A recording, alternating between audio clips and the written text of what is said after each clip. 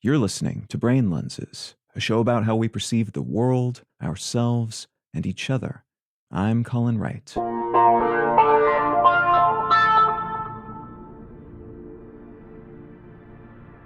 In the world of fiction writing, Flanderization refers to the tendency for characters in TV shows or other literary works to become flattened over time. Specifically, rather than growing in multiple directions and evolving into more complex versions of themselves, characters often instead become caricatures defined by some previously described characteristic. The term is derived from a Simpsons character, Ned Flanders, who was originally introduced to the cartoon series to serve as a mirror image opposite of the series' protagonist, Homer Simpson.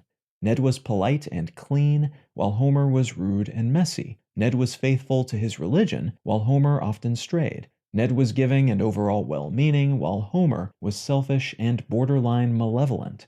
As the series increased in scope, season 33 aired in mid-2022, with season 34 already in production, Ned Flanders and many other recurring characters began to flatten. In Ned's case, his religious faith became fundamental to everything else he did, and he was increasingly written as a somewhat zealous Bible thumper, not just a friendly neighbor who happened to also be Christian. This tendency to simplify rather than complexify is common across mediums, where characters have the chance to iterate, in part because of how convenient and useful it can be to use archetypes when presenting a narrative.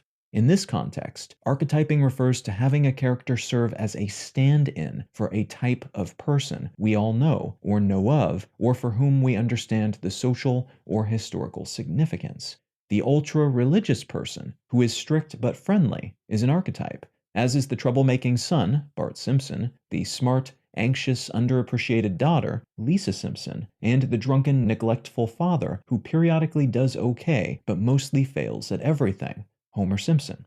It's convenient to use such characters as stand-ins for real-life commentary because we all know someone who's a bit like Lisa or Bart or Homer or Ned, which allows the writers to spend more time telling stories and less time explaining who everyone is supposed to be. We already know how different characters will respond to different stimuli and variables.